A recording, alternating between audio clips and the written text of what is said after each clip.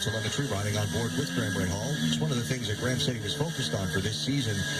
Lessons learned from last year. Having pace, but not having results, is being more aware of who he's racing around and measuring the risks of his opportunities. What a great camera angle. Now that is what you call a game of chicken. Tires smoking, brakes squealing. That's beautiful. Perfect driving for both of them. Yeah. This is a battle we need to watch because this is not going to be easy. He's going to make a run for it again at the end of the straightaway when Aloshin is not taking the inside line. So Graham got an opportunity now to go past him.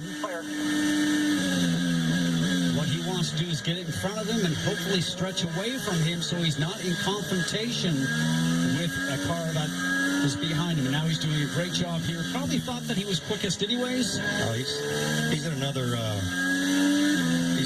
city right now. He's gone.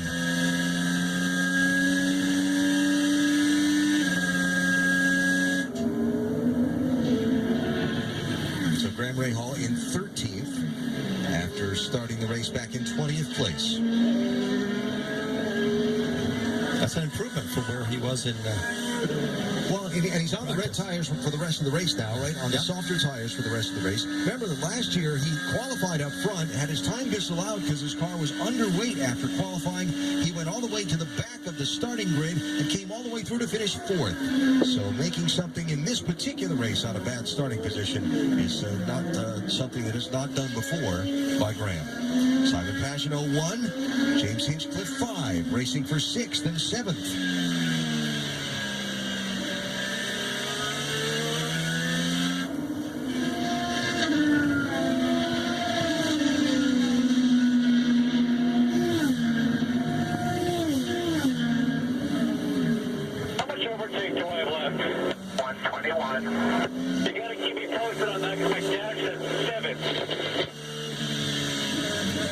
Well, that's a problem.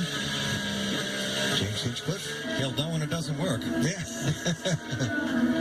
And just to bring you up to date, remember that they pushed the rules on the push-to-pass, as you were talking a little bit before, Alan.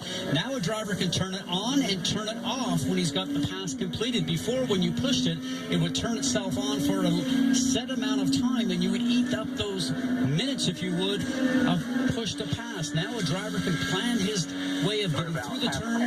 You can make sure you look after the rear tires. They found the highest wear on those on the first set. Some great information there. But now you can push the button on and off and use it as a switch when you need more power.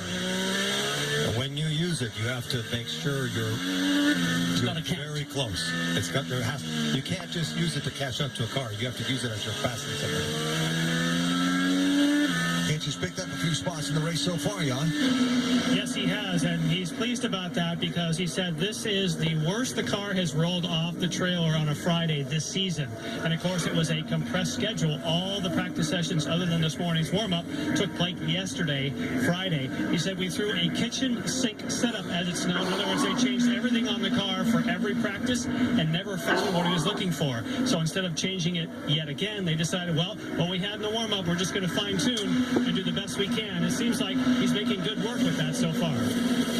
And that's great information because this is a track that, road courses, you always say a driver can put the input in and improve the car. On an oval, it's really what the car is doing that tells the driver how fast he can push it. In this scenario here, this racetrack, this has got a lot of long duration turns at it, with the exception of turn 1 and maybe turn 2. So the car has to work really well in the turn for the driver to be able to push it. And in between those two corners, look at Rossi passing, now trying to pass. But in between those corners that you were talking about, there's a whole long technical section where you have to be, you have to be right on the limit going in on speed and squeeze the throttle in. Otherwise, you go offline. There we go. Takuma Sato all the way down, kicking up the dust by the inside wall to get by Mikhail Aloshin. No love lost between these two. That battle when you go on the inside like Takuma Sato did, you're very much aware that the rubber marbles that are offline, you can see it there just a little bit, pieces of rubber that come off the tires as the race progresses are offline. He would have actually been on that, so you have to calculate that, where you're going to pass him, where you're going to go in and try and outbrake people. Let's see what happens here. Aloshin tries to cut him down on the inside, and Sato goes right between him and the wall. There wasn't half a foot there. Wow. So that's not only one move. Now there's your move allowed by the rules and regulations. Did he do two? I'm going to be interested to see if that's under review. And I don't think that argument's over quite yet. Well, for now, Sato's pulled away, but now it is a caution with Carlos Munoz closing in on behind from him in A.J. Foyt Racing's 14 car. Caught a glimpse of Connor Daly before in the other Foyt Racing car, the 4 machine. He just lost that spot that he was trying to defend to Alexander Rossi and gave up another one to Max Chilton. That Munoz. That was really interesting. It looked like Aloshin didn't feel like doing what he did to Sato again. Like that one, I got away with something. Let's not try that again. There was no defense whatsoever on that last pass, was there? I'm also wondering if maybe the crews radioed him that, hey, we're watching you on the screen here. Let's keep it a little bit clean. I actually think that got Aloshin's attention, because if they were to touch at that speed, that would have been a big problem.